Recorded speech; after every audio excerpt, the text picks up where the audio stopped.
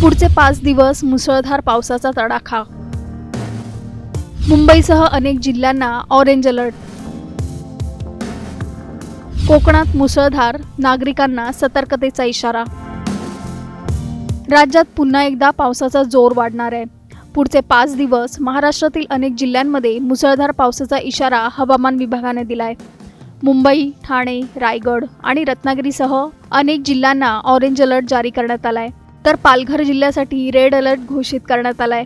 कोकण किनारपट्टीवर अतिवृष्टीची शक्यता व्यक्त करण्यात आली आहे. केवळ कोकणच नाही तर मध्य महाराष्ट्र, मराठवाडा आणि विदर्भातही विजांच्या कडकडाटासह पावसाची शक्यता वर्तवण्यात आली आहे.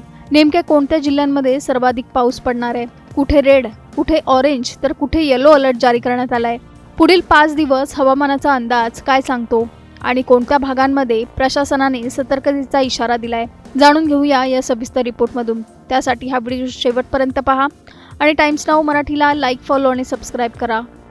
राज्यात मान्सून पुन्हा सक्रिय झाला असून येत्या 5 दिवसात पावसाचा जोर कायम राहण्याची शक्यता हवामान विभागाने व्यक्त केली आहे. विशेषतः कोकण किनारपट्टीवर मुसळधार पावसाचा इशारा देण्यात आलाय. त्यामुळे नदी, नाले, खाड्या आणि सखल भागांमध्ये राहणाऱ्या नागरिकांनी विशेष काळजी घेण्याचं आवाहन करण्यात आलंय.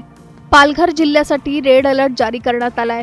तर ठाणे, मुंबई, रायगड आणि रत्नागिरी या जिल्ह्यांना ऑरेंज अलर्ट देण्यात आलाय.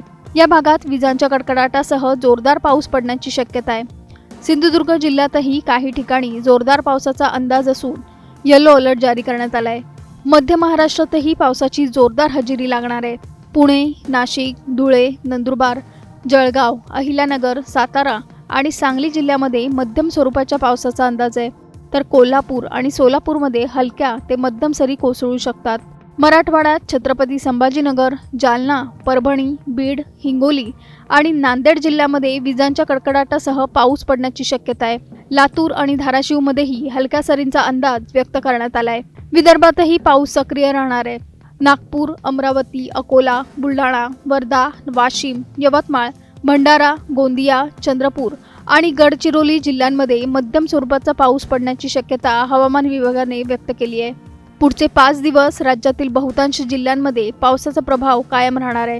विशेषतः कोकण, पुणे विभाग, मराठवाडा आणि विदर्भातील अनेक भागांमध्ये दररोज पावसाची शक्यता असल्याने नागरिकांनी हवामानाचा अंदाज पाहून प्रवासाचे नियोजन करावे असा सल्ला देण्यात आलाय.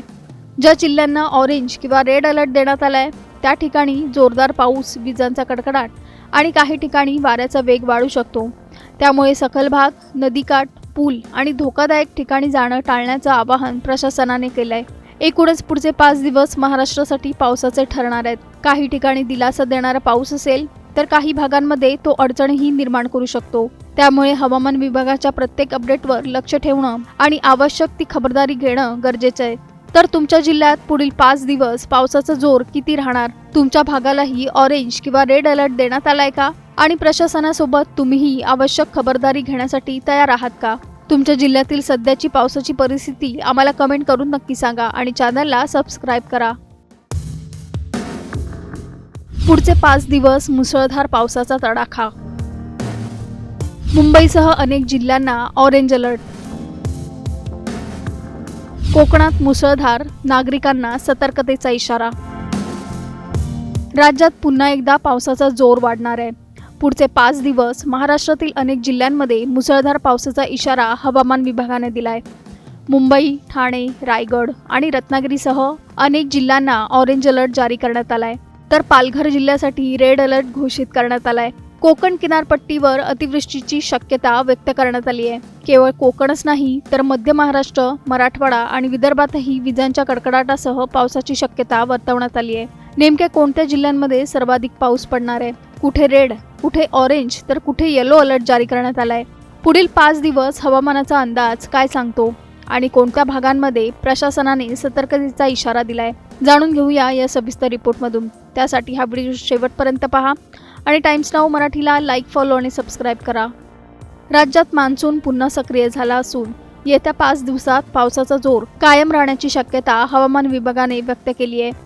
विशेषतः कोकण किनारपट्टीवर मुसळधार पावसाचा इशारा देण्यात आलाय. त्यामुळे नदी, नाले, खाड्या आणि सखल भागांमध्ये राहणाऱ्या नागरिकांनी विशेष काळजी घेण्याचं आवाहन करण्यात आलंय. पालघर जिल्ह्यासाठी रेड अलर्ट जारी करण्यात आलाय. तर ठाणे, मुंबई, रायगड आणि रत्नागिरी या जिल्ह्यांना ऑरेंज अलर्ट देण्यात आलाय। या भागात विजांच्या कडकडाटासह जोरदार पाऊस पडण्याची शक्यता आहे। सिंधुदुर्ग जिल्ह्यातही काही ठिकाणी जोरदार पावसाचा अंदाज असून येलो अलर्ट जारी करण्यात आलाय। मध्य महाराष्ट्रातही पावसाची जोरदार हजेरी लागणार आहे। पुणे, नाशिक, धुळे, नंदुरबार, जळगाव, अहिल्यानगर, सातारा आणि सांगली जिल्ह्यामध्ये मध्यम स्वरूपाच्या पावसाचा अंदाज आहे, तर कोल्हापूर आणि सोलापूरमध्ये हलक्या ते मध्यम सरी कोसळू शकतात। मराठवाड्यात छत्रपती संभाजीनगर, जालना, परभणी, बीड, हिंगोली आणि नांदेड जिल्ह्यामध्ये विजांच्या कडकडाटासह पाऊस पडण्याची शक्यता आहे। लातूर आणि धाराशिवमध्येही हलक्या सरींचा अंदाज व्यक्त करण्यात आलाय। विदर्भातही पाऊस सक्रिय राहणार आहे। नागपूर, अमरावती, अकोला, बुलढाणा, वर्धा, वाशिम, यवतमाळ, भंडारा, गोंदिया, चंद्रपूर आणि गडचिरोली जिल्ह्यांमध्ये मध्यम स्वरूपाचा पाऊस पडण्याची शक्यता हवामान विभागाने व्यक्त केली आहे।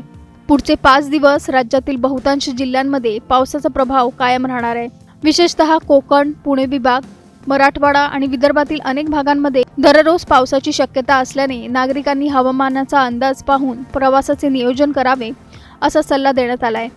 ज्या जिल्ह्यांना ऑरेंज किंवा रेड अलर्ट देण्यात आलाय त्या ठिकाणी जोरदार पाऊस, विजांचा कडकडाट आणि काही ठिकाणी वाऱ्याचा वेग वाढू शकतो। त्यामुळे सखल भाग, नदीकाठ, पूल आणि धोकादायक ठिकाणी जाणं टाळण्याचं आवाहन प्रशासनाने केलंय।